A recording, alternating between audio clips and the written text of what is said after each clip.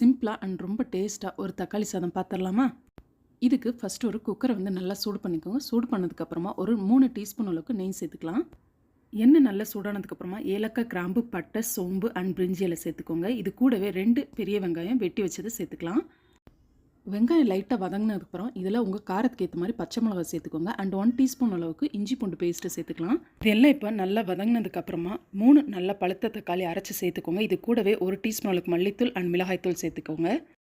ஒரு கைப்பிடி அளவுக்கு புதினா அண்ட் கொத்தமல்லி சேர்த்துட்டு தேவையான அளவு உப்பு சேர்த்துட்டு நல்லா கலந்து விட்டுக்கோங்க. கிரேவி கன்சிஸ்டன்சிக்கு வந்ததுக்கப்புறமா 1க்கு 2ங்க ரேஷியோவில் தண்ணி சேர்த்துக்கோங்க. தண்ணி நல்லா கொதிச்சதுக்கப்புறமா பார்த்திங்கன்னா 20 நிமிஷம் ஊற வச்ச பிரியாணி ரைஸ் சேர்த்துக்கோங்க. தண்ணியும் அரிசியும் ரெண்டும் சேர்ந்த மாதிரி வந்ததுக்கப்புறமா லிட்டு போட்டு க்ளோஸ் பண்ணி சரியாக ஒரு 10 நிமிஷத்துக்கு லோ ஃப்ளேமில் விட்டுருங்க. அவ்வளோதான் ஃப்ரெண்ட்ஸ், சூப்பராக உதிரியாக ஒரு சூப்பரான தக்காளி ரைஸ் ரெடி ஆயிடுச்சு. தேங்க்யூ ஃபார் வாட்சிங்.